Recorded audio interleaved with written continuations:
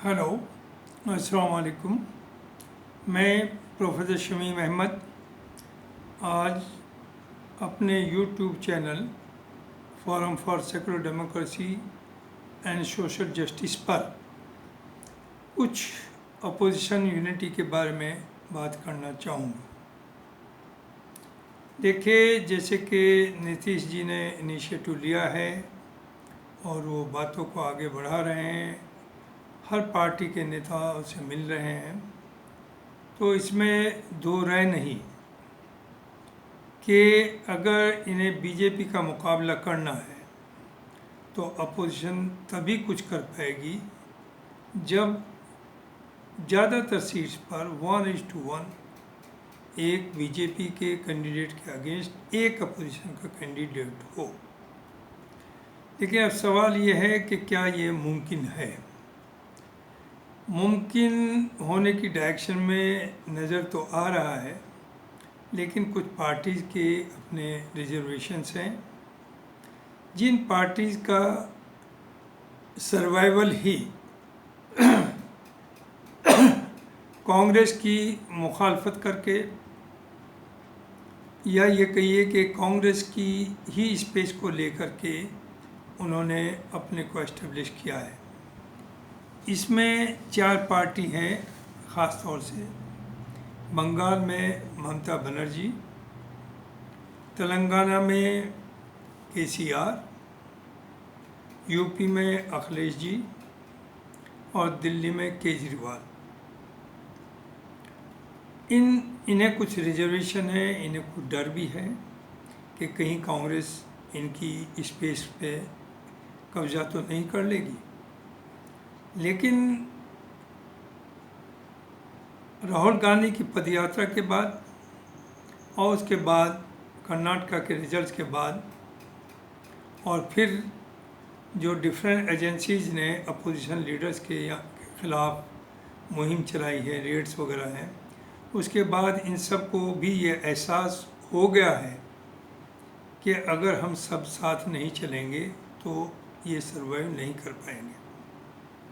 देखिए, जैसा मैं पहले भी कहा, कांग्रेस एक नेशनल पार्टी है, नेशनल अपोजिशन पार्टी है इस वक्त, बाकी सब अब अपनी स्टेट्स में हैं। तो सबसे बड़ी पार्टी है तो सभी को मानना पड़ेगा, और इम्पोर्टेंट अपोजिशन पार्टी वो कांग्रेस है।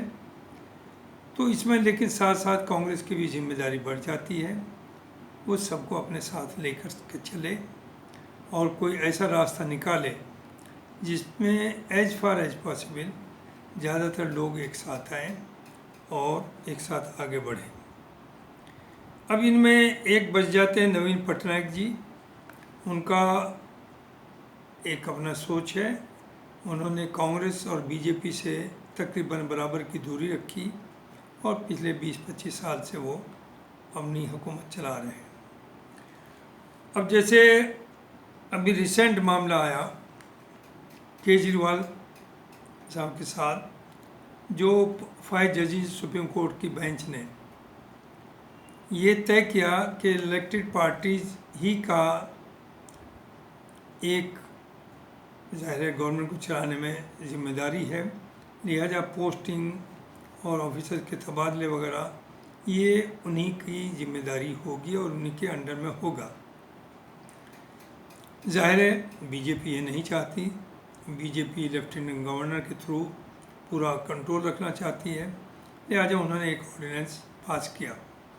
उसमें केजरीवाल को एहसास हो गया कि बीजेपी उन्हें नहीं चलने देगी और बहुत मुश्किल है काम करना, लिहाजा उन्होंने सभी पार्टी से अप्रोच किया और कांग्रेस से भी टाइम मांगा कि वो उन्हें कांग्रेस टाइम दे और उन्हें का साथ दे। राज्यसभा में ये जो ऑर्डिनेंस आएगा और राज्यसभा में अपोजिशन पार्टीज़ के नंबर्स ज़्यादा है।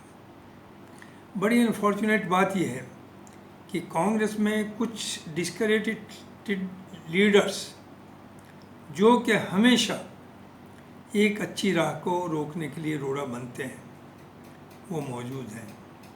फॉर एग्ज़ाम्पल, ये कांग्रेस प्रेसिडेंट रह चुके अजय माकन साहब दिल्ली में, ये एक पर्सनल जंग समझते हैं केजरीवाल के साथ। इसमें दो राय नहीं कि केजरीवाल ने कांग्रेस की स्पेस को लिया, लेकिन कांग्रेस ने भी दिल्ली में ये बीजेपी के साथ हाथ मिलाकर जो भी कुछ कर सकती थी वो किया। अब केजरीवाल के खिलाफ कांग्रेस ने पूरी कोशिश की कि केजरीवाल की हुकूमत ना चल पाए। तो जहाँ तक अगर वो तो एक डेमोक्रेटिक वे है कि आपका वोट उधर खिसक गया, लेकिन आपने भी कोई कमी नहीं छोड़ी और 219 में तकरीबन पार्लियामेंट्री सीट्स के ऊपर कांग्रेस और आप पार्टी में समझौता होने को ही था और शायद 7 सीट्स में से ये था कि 4 पर आप पार्टी और 3 पर कांग्रेस लड़ सकेगी। उस वक्त भी अजय माकन ने उसे नहीं होने दिया, आखिर तक मुखालफत की। उसका रिजल्ट ये हुआ कि बहरहाल आपकी सीट 0 रही और असेंबली में भी 0 रही और असेंबली जहाँ तक सवाल है वो आप पार्टी के साथ ही रही। तो इसमें बड़ा नुकसान कांग्रेस का हुआ और कांग्रेस को अपने उसूल पर रहना चाहिए। जहाँ तक कांग्रेस का सवाल है, आप भी कम गिल्टी नहीं है। केजरीवाल ने डिलीवर तो किया है और आप ये समझते हैं कि चूँकि उसने डिलीवर किया हम डिलीवर नहीं कर पाएंगे, लिहाजा केजरीवाल को ख़त्म ही करने से काम चलेगा। यही बीजेपी की सोच है, यही कांग्रेस की सोच थी, मैं अब ये कहूँगा है नहीं। चूँकि जिस तरह से कर्नाटक में कांग्रेस एक अच्छा प्रदर्शन कर रही है, उन्होंने ओथ लेने के विद इन 5 आवर्स 5-6 जो मेन प्रोमिजेज थी वो पूरी करी और बाकी चीज़ों पर भी वो बड़ी तेज़ी से स्टेप्स ले रहे हैं। तो अब लगता है कि कांग्रेस वो कांग्रेस नहीं है जो बीच में भटक गई थी। दिल्ली में जहाँ तक सवाल है 7 सीट कोई कम नहीं होती और ठीक है, जो हुआ सो हुआ, उसे भूल जाइए। इसलिए भूल जाइए कि गलती तो सभी ने की है, कांग्रेस ने कोई कम नहीं की। कांग्रेस अगर अजय माकन जी ये समझते हो कि सेक्युलर के ठेकेदार यही हैं, ऐसा नहीं है। कांग्रेस के ज़माने में भी सब कुछ हुआ, क्या नहीं हुआ? मलियाना हुआ, मेरठ हुआ, मुजफ्फरनगर हुआ, मुरादाबाद हुआ, भिवंडी हुआ, बॉम्बे हुआ। तो इसलिए पुरानी बातों को भूलिए, नई चीज़ों में आगे बढ़ने की कोशिश करिए। तो मैं ये अपील करूँगा कांग्रेस लीडरशिप से कि वो इस तरह के डिस्क्रेडिटेड लीडर्स अजय माकन जैसे को साइडलाइन करें और एक अच्छी राह पर आगे सबको साथ लेकर के आगे बढ़े। इसमें कांग्रेस, देखिए अगर सेंटर में गवर्नमेंट चेंज होती है तो उसमें ठीक है, वैसे तो कांग्रेस ही डोमिनेट करेगी। भले ही कांग्रेस अपना प्राइम मिनिस्टर ना दे, लेकिन कांग्रेस के मेंबर ज़्यादा होंगे और कांग्रेस ही की उसमें ज़्यादा चलेगी। तो इसलिए अजय माकन जी को चाहिए कि वो इस तरह की बातें ना करें, वो टांग ना अड़ाएं। एक समझौता, जैसे शुरू में कांग्रेस ने कहा कि हम सपोर्ट करेंगे राज्यसभा में, लेकिन इनके प्रेशर में आकर के कांग्रेस ने उससे हाथ झाड़ लिया। अगर आप यहाँ हाथ झाड़ेंगे तो यूपी में अखिलेश हाथ झाड़ लेगा, तेलंगाना में केसीआर का डाल लेगा, ममता वेस्ट बंगाल में, आप कहाँ रह जाएंगे? मुल्क पे तो आप ही को राज करना है। तो कांग्रेस को लार्ज हार्टेड होना चाहिए और इस डायरेक्शन में कांग्रेस ने बड़ी समझदारी दी कि बहुत ये जो 4 पार्टीज़ हैं मेजर, जो हमसे बात नहीं करना चाहती या हमसे डरती हैं या हम पे उन्हें ट्रस्ट नहीं है, इसलिए इन्होंने नीतीश कुमार जी को आगे किया। नीतीश कुमार जी वो लीडर हैं जो हर पार्टी से बात कर सकते हैं, हर पार्टी से मिल सकते हैं और इस डायरेक्शन में बहुत बड़ा काम कर रहे हैं। तो इसलिए ज़रूरी है कि अपोजिशन को साथ लाने के लिए कांग्रेस की बड़ी जिम्मेदारी है, लार्ज हार्टेडनेस दिखाएं और ये गलती ना करें जो आप पहले करते रहे और जगह भी आपने किया। आप दिल्ली में किसी भी तरह से हो, केजरीवाल, देखिए इस वक्त हिंदुस्तान में 2 ही आदमी जंग लड़ रहे हैं अपोजिशन के, जो नज़र आ रहे हैं। शुरू में ममता आती थी, लेकिन अब ममता बीच में ना जाने क्यों बहुत कम लोग उसमें आ गई थी। लेकिन इस वक्त या तो केजरीवाल जंग लड़ रहे हैं या राहुल गांधी लड़ रहे हैं। राहुल गांधी यहाँ नहीं पूरी दुनिया में रूलिंग पार्टी के खिलाफ लड़ रहे हैं, मुल्क के खिलाफ नहीं। हालांकि जो रूलिंग पार्टी को या गवर्नमेंट को वो क्रिटिसाइज कर रहे हैं, उसे ये कहा जा रहा है कि ये मुल्क की बदनामगी है। नो, मुल्क की बदनामगी बिल्कुल नहीं है। ये सिर्फ एक पार्टी या रूलिंग पार्टी कहिए या हुकूमत कहिए, उसकी जो कमियां हैं वो लोगों को गिनवा रहे हैं। इसका मतलब ये बिल्कुल नहीं लगाया जाना चाहिए कि वो मुल्क की कोई बुराई कर रहे हैं या मुल्क को नुकसान पहुंचा रहे हैं। इससे डेमोक्रेसी और स्ट्रॉन्ग हो रही है। आपका एक अच्छा मैसेज आ रहा है।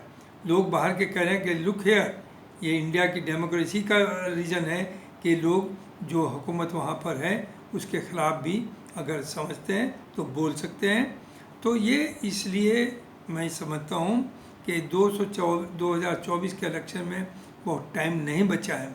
इसलिए कांग्रेस जो क्या है, नीतीश को ये जिम्मेदारी दे। खड़गे जी वो भी सबसे बात कर सकते हैं, उनकी भी ये खूबी है। वो केसीआर से भी कर सकते हैं, वो ममता जी से भी कर सकते हैं, वो अखिलेश से भी कर सकते हैं, वो केजरीवाल से भी कर सकते हैं। तो आपके पास अपोजिशन के दो लोग ऐसे हैं जो वी होप कि सबको यूनाइट करेंगे। और लेकिन इन पार्टीज़ को भी ये समझना है कि अगर ये समझे ये अकेले चलेंगे तो कांग्रेस का तो नुकसान होगा या नहीं होगा, लेकिन आपका बहुत बड़ा नुकसान होगा। आपका फ्यूचर खतरे में है, आप शायद सर्वाइव कर ही ना पाए 2024 के बाद। तो इसलिए ये सब की ज़रूरत है।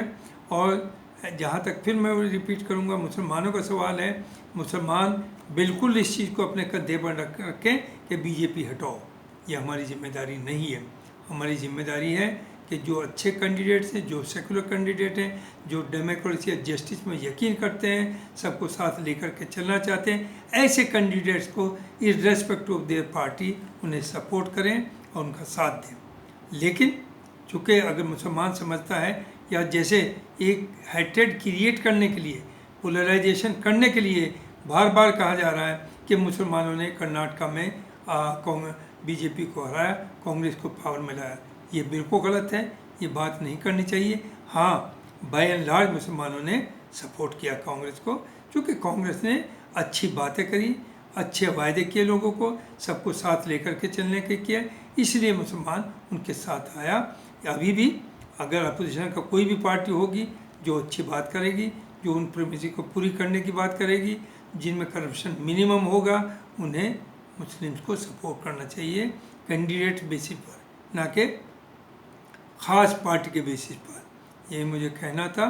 लिहाजा हम लोगों का अपील है कांग्रेस के ऊपर और इन चारों पार्टी, केसीआर, आपके ममता, अखिलेश और केजरीवाल, ये सब लोग हाथ मिलाकर के आगे बढ़ें और 1:1 एटलीस्ट 375 सीट्स पार्लियामेंट की आइडेंटिफाई कर ली गई हैं जिन पे 1:1 कैंडिडेट होगा।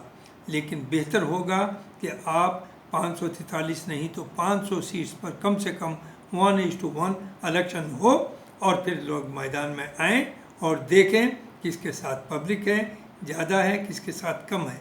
चूँकि this is not good for the democracy कि एक 36 या 37 या 34% के लोग पूरे मुल्क पर, और जो अपोजिशन 66% या 65% या 67% है वो अपोजिशन में बैठें और 35-36% वाले पूरे मुल्क में राज करें और अपनी मनमानी चलाएं। ये एक डेमोक्रेसी नहीं है। This is not the real democracy. Real democracy वो होनी चाहिए जिन्हें 50% से ज़्यादा लोगों की, बल्कि 60% लोगों की सपोर्ट हो, उन्हें राइट है मुल्क को चलाने का। Thank you very much. यही मुझे आज कहना था। बहुत बहुत शुक्रिया। ओके।